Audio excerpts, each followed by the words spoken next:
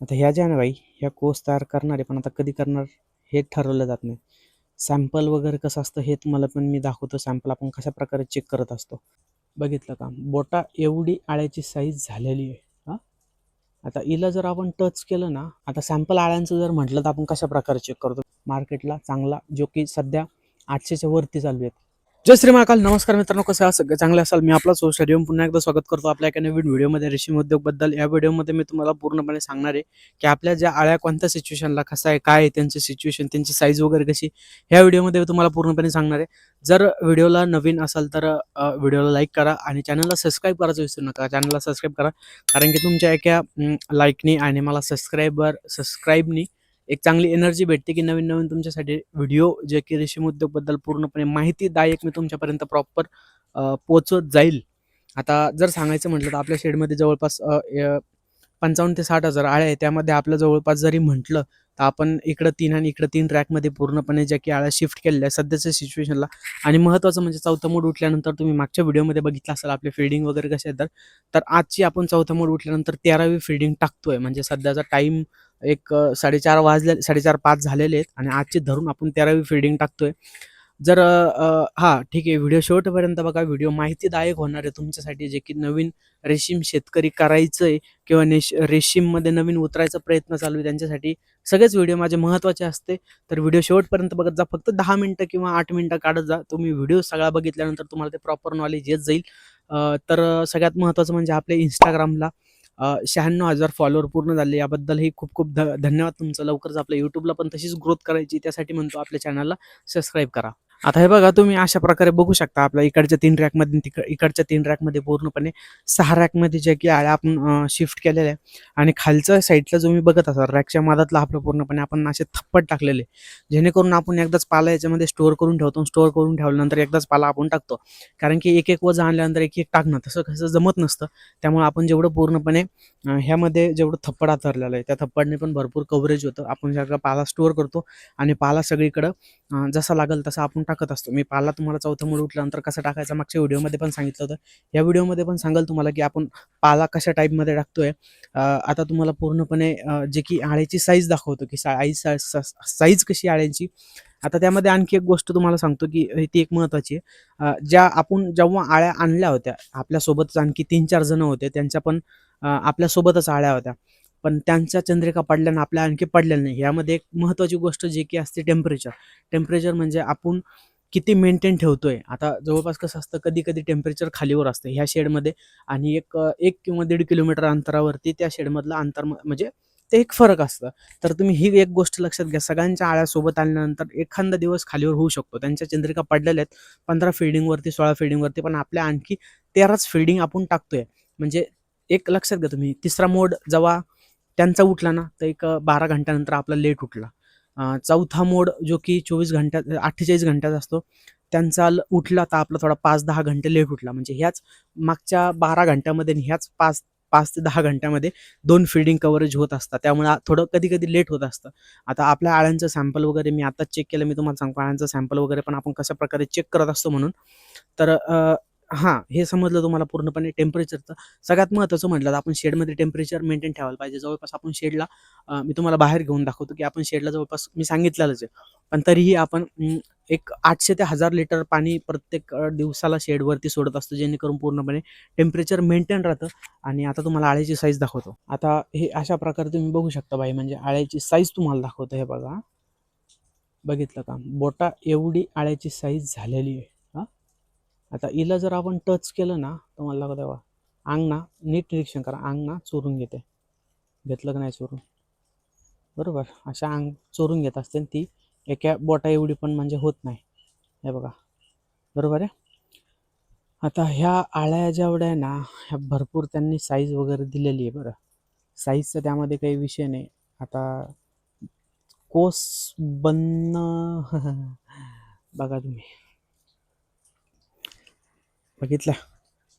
आता ह्या ज्या ना बाई ह्या कोर्स तयार करणार आहे, पण आता कधी करणार हे ठरवलं जात नाही. सॅम्पल वगैरे कसं असतं हे तुम्हाला पण मी दाखवतो. सॅम्पल आपण कशा प्रकारे चेक करत असतो, बरोबर. आता काही आळ्यांचं कसं असतंय, बारीक असतं. आता तुम्हाला दाखवतो बरं. आपण टाकलं ना, आता ही आळे बघा, ही बारीक आहेत. ह्या आळीमध्ये आणि ह्या आळीमध्ये तुम्ही फरक बघू शकता किती मोठा आहे तर, बरोबर आहे की नाही. अशा आळीमध्ये जर फरक असला ना तर आळीमध्ये फरक होत असतो. कधी कधी वातावरणावरती डिपेंड असतं की त्या आळीमध्ये नेमका प्रॉब्लेम काय म्हणून. सगळ्याच आळ्या 100% रिझल्ट देत नाही. आता हे बघा, ही आळी कोस तयार करणार आणि ही आळी कोस तयार करणार. तसेच ह्या प्रकारे जर बघितलं ना तुम्ही, ह्या पण आळ्या लहान आहेत बरं, म्हणजे ह्या सिच्युएशनमध्ये. आता मी तुम्हाला थोडक्यात सांगतो की आपण आळ्यांचं सॅम्पल कसं चेक करतो. तुम्ही बघू शकता की ते आपल्या चांगल्या प्रकारे चांगल्या क्वालिटीमध्ये ज्या की आपल्या आळ्या आहेत, वरती पण तुम्ही बघू शकता प्रत्येक बेडवरती. आता थोडा थोडा नॉर्मल जो की पाला उरलेला आहे, याचं कारण असं असतं की कधी कधी काय होतं, वातावरणावरती त्या थोडा थोडा पाला कमी खातात. आता हे जर बघितलं ना तुम्ही, हे पाला बघा तुम्ही कसा असा जळलेला वाणी, तर हे पान खाणारच नाही बरं का बिलकुल. हे बघा, हे पण तसंच आहे. हे पान बिलकुल खाणार नाही. हे पान थोडं पिवळटसर, हे पण खाणार नाही. तर मग त्या असा पाला बिलकुल खात नाही. आणि हे बघा, पिवळटसर बाकी जे पान आहे ना, हे पण खात नाही. वातावरण तुम्ही बघू शकता 25°C आहे, 5:13 मिनटं झालेले. आणि अशा वातावरणामध्ये आपलं असं पूर्णपणे जे की शेड मेंटेन ठेवावं लागतं. आळ्या आणखी तुम्हाला हे बघा इथं जास्त लय मोठ्या दिसतील, बघितलं का. आता ह्या लक्ष्मी आहेत बाई आमच्यासाठी. हे जेवढं मोठे आहेत ना, तेवढं आम्हाला प्रॉफिट देऊन जातात. तेवढा जेवढा भाव आहेत ना मार्केटला चांगला, जो की सध्या 800च्या वरती चालू आहेत, हे आम्हाला तेवढा पैसा देऊन जातात. म्हणजे आम्ही त्याला लक्ष्मीच म्हणत असतो. आता मी तुम्हाला दाखवतो सॅम्पल आपण कसं चेक करतो. तर आता सॅम्पल आळ्यांचं जर म्हटलं तर आपण कशा प्रकारे चेक करतो, मी सांगतो तुम्हाला. रँडम कोणतीही आळी आपण उचलली, आता ही आळी उचलल्यानंतर आपण काय करतो, मोबाईलवरचा टॉर्च असा असतो. आता हे जे टॉर्च आहे ना, हे टॉर्चवरती मी तुम्हाला दाखवतो आपण आळीचं सॅम्पल कसं चेक करतो, बरोबर. आता 1 मिनिट, कसं होतं आहे, थोडं फ्लॅशच्या नादात होतं आहे. आता हे बघा, ही जी आळी आहे ना, ही शेपटीला नितळ आहे, बरोबर. आता ही जशी जशी समोर घेतली ना आपण, तशी तशी तुम्हाला दिसत असेल पाठीमध्ये थोडी थोडी हिरवी आहे. जेवढी हिरवी असते ना, तेवढी ती पाला खाणार असते. म्हणजे आणखी ह्या 3 किंवा 4 फिल्डिंग सहज खाणार आहे. पण तुम्ही इथंच जर शेपटी बघितलं, अशी पूर्णपणे नितळ आहे. म्हणजे जेवढी नितळ असते ना, सगळी नितळ अशा प्रकारे जर झाली ना, तेव्हा ती आळ्याचं सॅम्पल देत असते. आणि सॅम्पल आल्यानंतर ते पूर्णपणे धागा जी की तोंडातून सोडते, आणि तोंडातून धागा सोडल्यानंतर ती कोस तयार करत असते. अशी रँडम कोणती आळी, आता समजा ही झाली, आता रँडम कोणती आळी आपण उचलली आणि अशा प्रकारे पूर्णपणे फ्लॅशवरती ठेवतो. आता हे बघू शकता तुम्ही, शेपटीत ज्या की पूर्णपणे नित्तळ झालेलं आहे. पण समोर जर बघितलं तर तुम्ही बघू शकता, असं जेवढं जेवढं हिरवं आहे ना, तेवढं तेवढं हिरवं ते आणखी पाला खाणार असतात. म्हणजे अंदाज आपण याच्यावरतून असा पकडू शकतो की ह्या किती फिडिंग, म्हणजे ती एक 3 किंवा 4 हार्डली वाटतं फिडिंग खात असतात. म्हणजे अशा प्रकारे आपण पूर्णपणे त्या आळ्यांचं जे की ते सॅम्पल चेक करत असतो. आता हे बघू शकता तुम्ही, पाला किती मोठा आहे माहिती आहे का. हे बघा, त्या रॅकपासून तर इथपर्यंत एवढा लंबा पाला आहे आणि एवढा मोठा पाला आहे.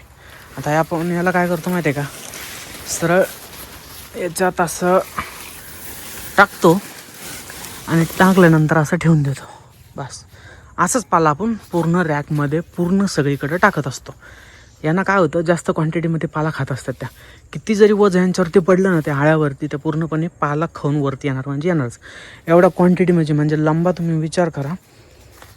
हे बघा, माझ्या उभ्या राहून तुम्ही समजू शकता केवढा लंबा पाला आहे तर. आणि यांना म्हणजे एका लंबा पाल्यानं जवळपास एवढा रॅक भरतोय. एवढा रॅक भरल्यानंतर पूर्णपणे त्या आळ्या पाला खाणार आणि वरती येणार. आणि त्या वरती आल्यानंतर मग त्या अशा तंदुरुस्त बनणार. शेडच्या बाहेर जरी म्हटलं, मी तुम्हाला म्हटलं ना की आपल्या आळ्यांचं सॅम्पल येणार आहे म्हणून, त्यासाठी आपण ब्लिचिंग पावडरमध्ये अशा ज्या चंद्रिका आहेत ना, ह्या चंद्रिका पूर्णपणे धुवून ठेवत असतो. म्हणजे जेणेकरून मागच्या ज्या बॅचच्या आहे ना, त्या आपण ह्या बॅचला पण यूज करू शकतो. आता याला ब्लिचिंग पावडरमध्ये धुण्याचं जे कारण असतं ना, मागच्या बॅचमधल्या ज्या आळ्यांची जी घाण असते ना, ही ब्लिचिंग पावडरमध्ये पूर्णपणे धुवून जाते आणि पूर्णपणे नितळ होते. म्हणजे याच्यात कोणती सजीव निर्जीव जरी गोष्ट राहिली तर ते पूर्णपणे ब्लिचिंग पावडरमध्ये धुवून जाते आणि ह्या पूर्णपणे क्लीन होऊन जाते. जेणेकरून आपण त्याला नेक्स्ट म्हणजे आता याला पण यूज करू शकतो. आपल्याकडे पाला तुम्ही बघू शकता भरपूर आहे. आता शेडचं जर म्हटलं तर तुम्ही बघू शकता, सध्या पण आपल्या शेडला पाणी चालू आहे. 5:30चा टाईम झाला आहे. हे बघू शकता, एवढं पाणी सध्याचं सिच्युएशनला चालू आहे. वरतून जे की स्प्रिंकलर हे पण चालू आहेत. तुम्ही बघू शकता अशा प्रकारचं शेड आपलं पूर्णपणे मेंटेन राहतं. आणि ह्या साईडनं आपण जी मागच्या वेळेस तुम्ही जर बघितलं असेल तर जे पिवळं थप्पड होतं, हे पिवळं थप्पड पूर्णपणे काढून टाकलेलं आहे. याचं कारण जे की त्या थप्पडनं ना जास्त रात्री जी की गरमी होते त्याच्यामुळे त्या थप्पड आपण काढून टाकलेले. सहसा आपण त्याला थप्पड ह्या वेळामध्ये यूज करत असतो. बाकी ठीक आहे. बाकी जर तुम्हाला आणखी काही डाऊट असेल तर मला तुम्ही बिंदास कमेंट करा, जेणेकरून मी त्याचं पूर्णपणे एक्सप्लेन तुम्हाला सांगाल. माझा प्रयत्न एवढाच आहे की जे यंगस्टर आहेत, जे नवीन रेशीम शेतीकडे वळण्याचा प्रयत्न करतात, त्यांच्याकडे प्रॉपर पूर्णपणे माहिती येईल. तुम्ही फक्त मला कमेंट करा, जेणेकरून त्याचं मी सोल्युशन तुम्हाला दुसऱ्या व्हिडिओमध्ये सांगाल. तुम्हाला थोडक्यात जरी म्हटलं तर आपलं तिचा प्लॉट दाखवतो कसे तर. आता हे बघा, हा एक प्लॉट आहे जो की आपला नेक्स्ट बॅचला आपली 27 तारखेला परत एक बुकिंग आहे. ह्यो पण प्लॉट आहे. त्यानंतर आपला हा पण प्लॉट आहे आणि जो की तिकडं प्लॉट आहे त्या प्लॉटमधलं जे की आपण सध्या पाला यूज करतोय. त्यानंतर हा एक प्लॉट आहे. त्यानंतर इकडं जी नवीन लागवड केली होती हा एक प्लॉट आहे. जो तुम्ही मोठा तिकडं बघत होता त्या टायमाला, तो टायमाचा पूर्णपणे पाला आपण कट करून ह्या बॅचला 1, 2, 3 फिल्डिंग झाल्या होत्या त्यामध्ये. बरं ठीक आहे. चालतंय. व्हिडिओ आवडला असेल तर लाईक करा. चॅनल नवीन असेल तर चॅनलला सबस्क्राईब करा. तर भेटूया पुन्हा एकदा नवीन व्हिडिओमध्ये रेशीम उद्योगबद्दल. तोपर्यंत काळजी घ्या. टाटा. Bye bye.